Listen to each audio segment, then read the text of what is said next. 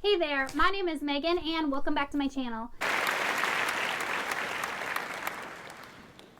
Today I'm going to be doing the Where Is That Fantasy Book Challenge. I originally saw this over at Jessie, the Bookish Mom's channel, and she did say who the original creator was, but I honestly forgot. But I'll link those two channels down below so you can check them out for yourself.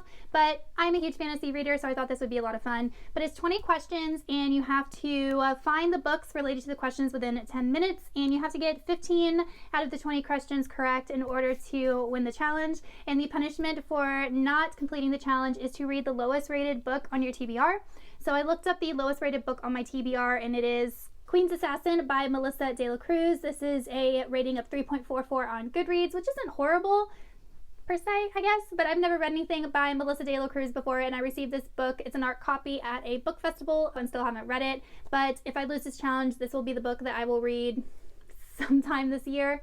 But before we go ahead and get on into the challenge, if you are not already subscribed to my channel, please go ahead and hit that subscribe button as well as the little bell icon so you can be notified every time I post new content. I post new videos every Sunday and every Wednesday and sometimes Friday. Also, don't forget to check down below for links to all of my social media as well as my Discord and my Patreon.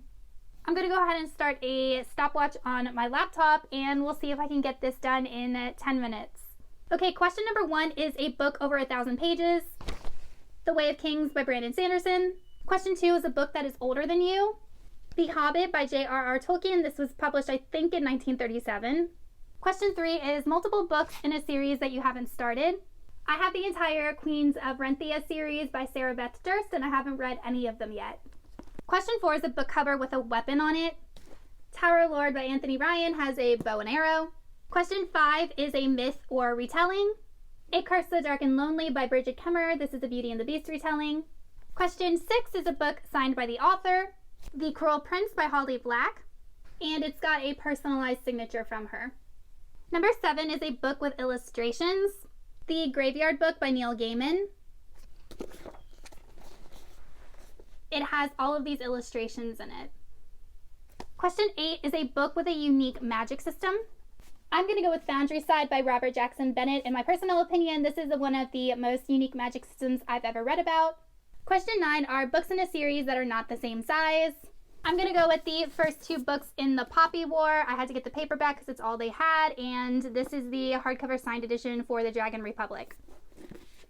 Question 10 is a book that features a lost heir or a bastard child. I'm going to go with the Farseer trilogy by Robin Hobb because Fitz is a bastard. Question 11 is an assassin story. Nevernight by Jay Kristoff. We have an assassin who's trying to get revenge on the people who murdered her family. Question 13 is an urban fantasy story. City of Bones by Cassandra Clare. Question 14 is a special edition, and I do have one, but it's downstairs because I'm currently reading it, but that is Elantris by Brandon Sanderson. I have the 10th anniversary edition. Number 15 is a book featuring dragons. The Last Namsara by Kristen Cicerelli. This is about a girl who rides dragons, as far as I know. Number 16 is multiple copies of the same book, and no, I do not have multiple copies of the same book. Number 17 is an underhyped book. This is one of my favorite series ever. An Alchemy of Mask and Mirrors by Curtis Craddock. Number 18 is a Standalone. Blood Rose by A.G. Howard. Number 17 is one word in the title.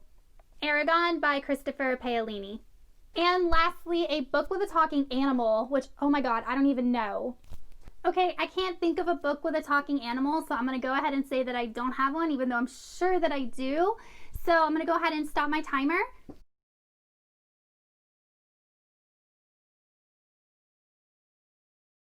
Okay, my time was 8 minutes and 50 seconds, and I got 18 out of the 20 prompts. So I don't have to read Queen's Assassin. Not saying I won't at some point. It's just not something that was super high on my TBR as of right now.